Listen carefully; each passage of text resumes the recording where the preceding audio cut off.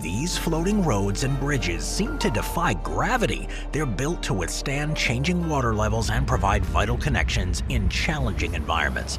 Join me, we're going to discover 15 of the most fascinating floating roads and bridges from around the globe.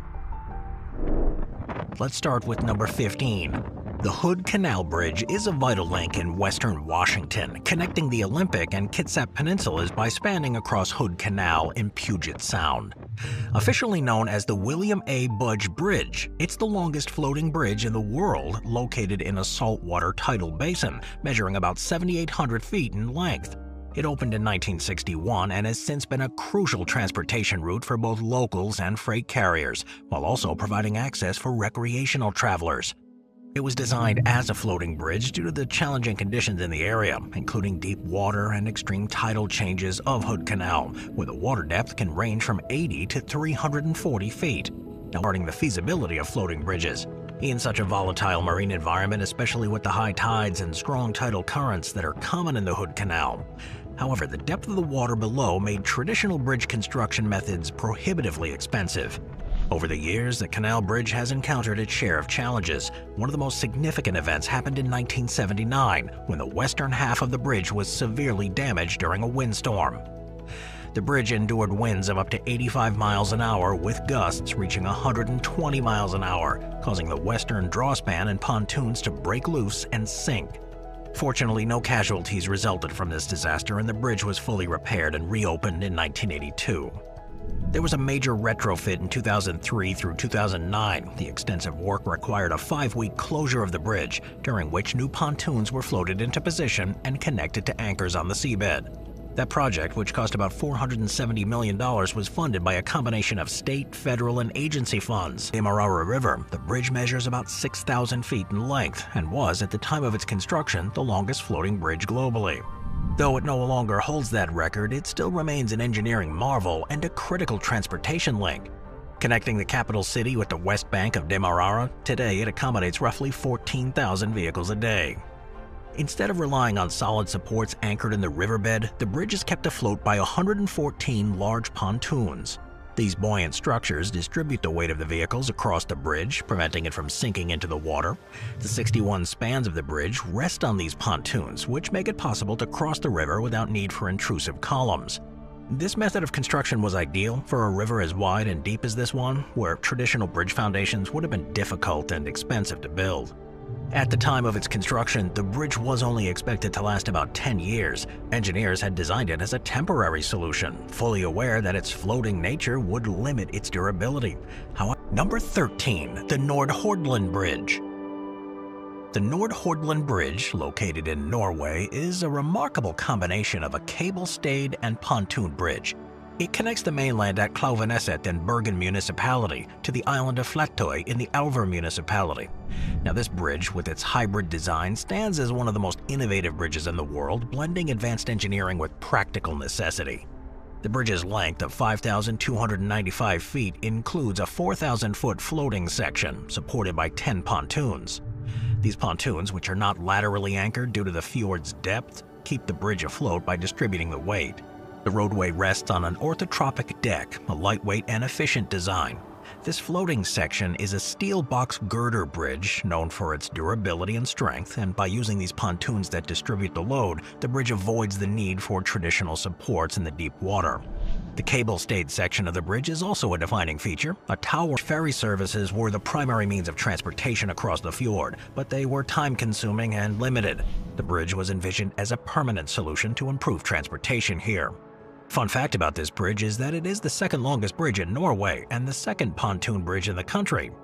Additionally, its floating section is supported by pontoons that are not laterally anchored, which is a design choice that contributes to the bridge's ability to withstand the environment of the fjord.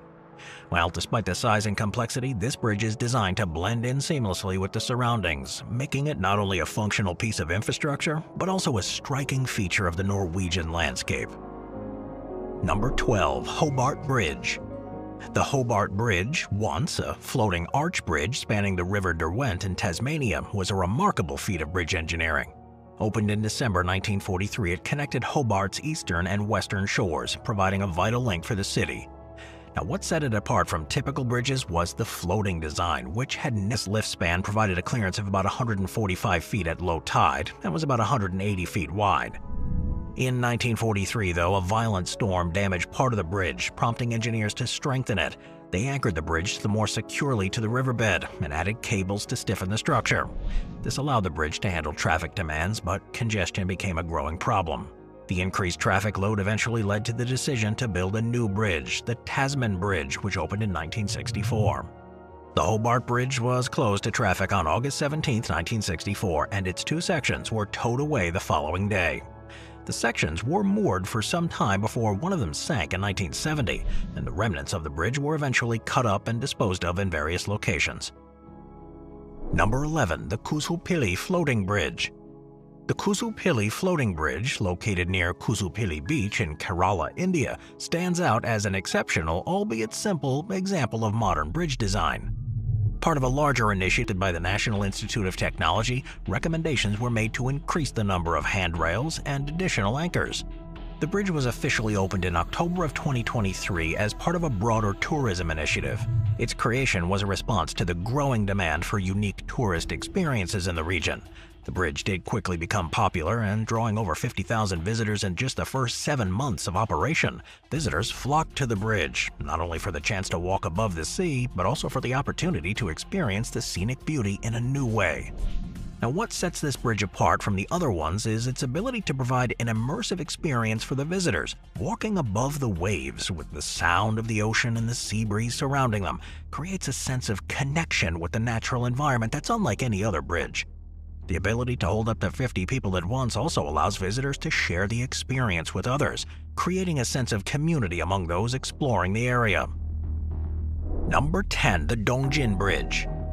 The Dong and provides a vital link between the northern and southern sides of the city. The wooden boats that serve as a floating foundation allow the bridge to adapt to any changing water levels in the river, and the use of pontoons made it more flexible than solid bridges. In a region with varying river levels and its ability to withstand seasonal floods, make it an important infrastructure feature. Now, what makes it pretty cool is its survival over the centuries. While many similar structures were either destroyed or became obsolete over time, this bridge remains a rare example of an ancient floating bridge that has endured into the modern age. Despite its simplicity, the bridge served an essential role in local trade and travel, allowing the residents here to navigate the river more efficiently. The bridge may not have the grandeur of some of the other stone structures, but its practicality and adaptability make it a fascinating subject of study. Though the bridge no longer serves as the main crossing over the river, it's an important historical relic and a symbol of the engineering techniques used in ancient China. Number 9. Entirely by buoyant structures that allow it to rest on the lake's surface. Originally, these supports consisted of drum cans, but modern upgrades have introduced more resilient materials such as polyethylene and styrofoam floats. These components provide the necessary buoyancy while being lightweight and durable. The bridge's design is modular, with individual sections connected to form a continuous path. This modularity allows for easier maintenance and adaptability, making it a practical solution for crossing the reservoir's deep water. Lake Okutama, an artificial reservoir completed in 1957, was created by the construction of the Oguchi Dam to supply Tokyo with drinking water. The floating bridge at Lake Okutama were conceived to provide pedestrian access across the reservoir. The location of the Migiyama Bridge further enhances its uniqueness. It sits against a backdrop of forested mountains, offering panoramic views that change with the seasons. The bridge's proximity to attractions such as the Oguchi Shrine and Mount Mito make it a popular point for starting out. Instead, it stems from a natural phenomenon that creates a temporary path across the sea. You see, each year between March and July, this path emerges when the tide drops dramatically, connecting Jindo Island with Modo Island. While the legend surrounding this sea-parting road is steeped in mystery, the scientific explanation behind it is much simpler and rooted in tidal forces. Tides caused by the moon's gravity create a predictable rise and fall in sea levels. However, in this case, a combination of tidal harmonics, that's variations in tidal patterns due to the relative positions of the Earth and Moon, creates an extraordinarily low tide, revealing a 1.7-mile long and 125-foot stretch of sand between the islands. For centuries, the Jindo Sea-Parting Road has been a point of cultural significance, drawing attention from locals and travelers. Over time, the story became part of local folklore, and it was commemorated in the Jindo Miracle Sea Road Festival.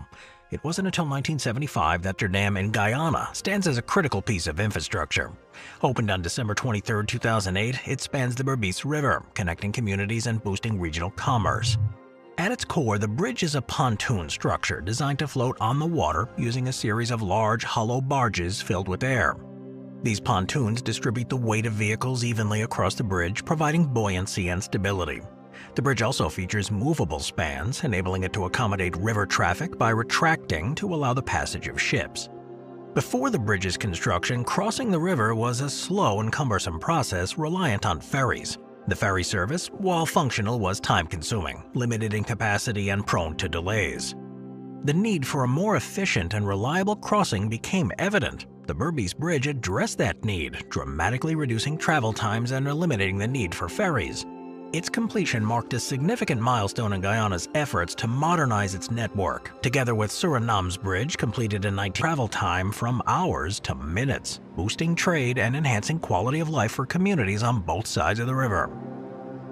Number 6. The William R. Bennett Bridge. The William R. Bennett Bridge, spanning Okanagan Lake in British Columbia, it's not just an essential transportation link, it's a rare engineering accomplishment. As Canada's only floating bridge, it stands out globally for its design.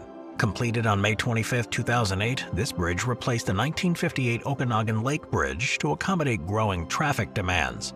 The decision to construct a floating bridge stems from the unique conditions of Okanagan Lake. The lakebed is composed of soft sediments that can't support the weight of traditional piers or abutments, ruling out standard bridge designs as suspension or fixed pier bridges. This bridge floats on a series of 9 reinforced concrete pontoons, each measuring 82 feet wide and between 197 to 295 feet in length. The pontoons are large, watertight structures that Designed for 38,000 vehicles daily, it was handling around 50,000 vehicles by 2005.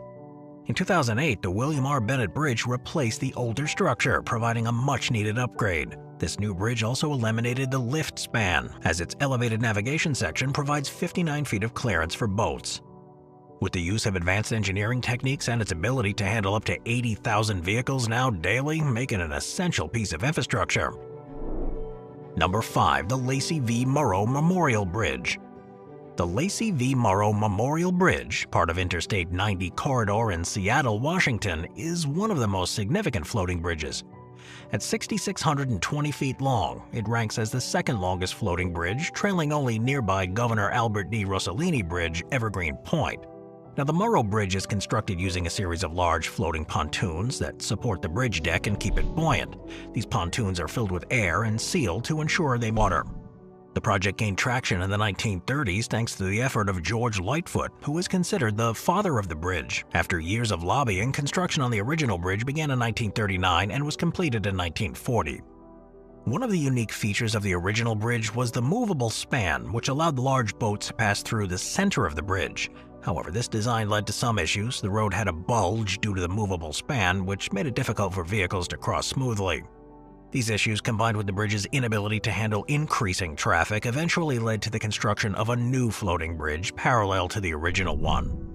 The original one was closed for renovation in 1989, but in 1990, during refurbishment, the unthinkable happened. A storm filled the bridge's pontoons with rain and lake water, causing the section of the bridge to sink. The incident occurred after water used in the bridge's resurfacing process filled the pontoons and it wasn't properly removed. As the water accumulated, it overloaded the pontoons, which were linked together, and when one opened in 2002 in the Netherlands, this 82-foot-long structure allows waterborne vessels to glide over the busy N302 roadway without interrupting traffic. While technically a tunnel for the road beneath, it functions as a water bridge carrying a shallow waterway above the cars. The aqueduct spans the lake, part of a larger network of artificial lakes created during the reclamation of Flevoland, the largest man-made island in the world. With the aqueduct's water depth set at 9.8 feet, small boats with shallow drafts can navigate across it effortlessly. Beneath, about 28,000 vehicles traverse the N302 daily, moving without delays that would otherwise be caused by traditional drawbridges or ferries. The decision to build an aqueduct rather than a conventional bridge or tunnel was based on several factors. A drawbridge or ferry system would have disrupted the steady flow of vehicles on the 302, a key route connecting mainland Netherlands to Flevoland. A full tunnel, while viable, was deemed too costly and transportation conduit. The Veluwemeer Aqueduct, at just 82 feet long, is one of the shortest water bridges in the world, yet it efficiently supports high volumes of traffic both above and below. It's located only 1,300 feet from a traditional bridge crossing the same lake. The aqueduct serves a specific purpose, highlighting its strategic placement. Number 3. The Overseas Highway. The Overseas Highway, one of the most iconic roadways in the United States, stretches 113 miles through the Florida Keys, connecting the southernmost point of mainland Florida to the tropical islands of the Keys, ending in Key West. The road was originally conceived as part of the Florida East Coast Railway and later repurposed to become a vital highway. It traces its origins back to the aftermath of the 1935 Labor Day hurricane. It was one of the most powerful storms in U.S. history, which devastated the original railway. In the 1930s, the Great Depression had already taken a toll on the economy, and rebuilding the railway wasn't feasible. Gulf of Mexico, providing drivers with an amazing view of the water and islands. This bridge, completed in 1982, is a feat in its own right, and it's widely regarded as one of the most scenic drives in the world. In terms of recreational appeal, the Overseas Highway is often considered a driving destination in its own right. For those seeking a more leisurely experience, the highway passes through places like John Pennekamp Coral Reef State Park, the first underwater park in the U.S., where visitors can explore coral reefs and marine life via boat tours or even snorkeling and scuba diving. The Overseas Highway also plays a vital role in maintaining access to the Florida Keys National Marine Sanctuary, a protected area that covers approximately 2,900 square nautical miles of marine ecosystems. The sanctuary is a major draw for eco-tourists, contributing significantly to the Keys economy. Number 2. The Ganges Floating Bridge. The Ganges Floating Bridge, specifically those built for the Kumbh Mela Festival in Allahabad, India, is remain stable. During the low water periods, the bridges are often seen resting on the riverbed instead of floating. However, when the water levels rise, the pontoons allow the bridge to float up. While the bridges can support vehicles weighing up to 10 tons, the actual maximum weight for safety is typically set at 5 tons.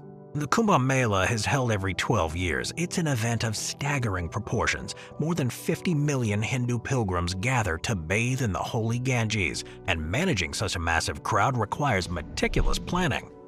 One of the key challenges is the ability to deploy these bridges quickly and efficiently while maintaining a safe environment. The floating bridge design provides some flexibility as the pontoons allow for the bridge to adapt to changes in water depth. These bridges are built with over 1,700 floating steel pontoons, a task that requires months of preparation. The bridge can also be adjusted to accommodate different types of traffic during higher traffic periods. During the 2019 festival, for instance, the water was very low in most geographically challenging regions. Stretching almost 700 miles from Kristiansand in the south to Trondheim in the north, Norway's western coast is famous for its steep, icy mountains and deep fjords. These natural features make traditional road building here exceptionally difficult, and with the existing ferry routes adding significant time to the travel, the need for an efficient, permanent solution has become more pressing. The design of floating tunnels involves 2 concrete tubes submerged approximately 100 feet below the surface of the fjords. Rather than simply floating on the water like a traditional bridge, the tunnel will be tethered to the seabed by cables or supported by pontoons floating on the surface every 800 feet. The buoyancy of the tunnel is balanced against its weight, creating a stable, suspended structure that can carry cars, buses, and trucks safely beneath the water. Now, what makes this floating tunnel particularly unique is its ability to be submerged while still allowing for the necessary structural support without the need of intrusive piers or supports.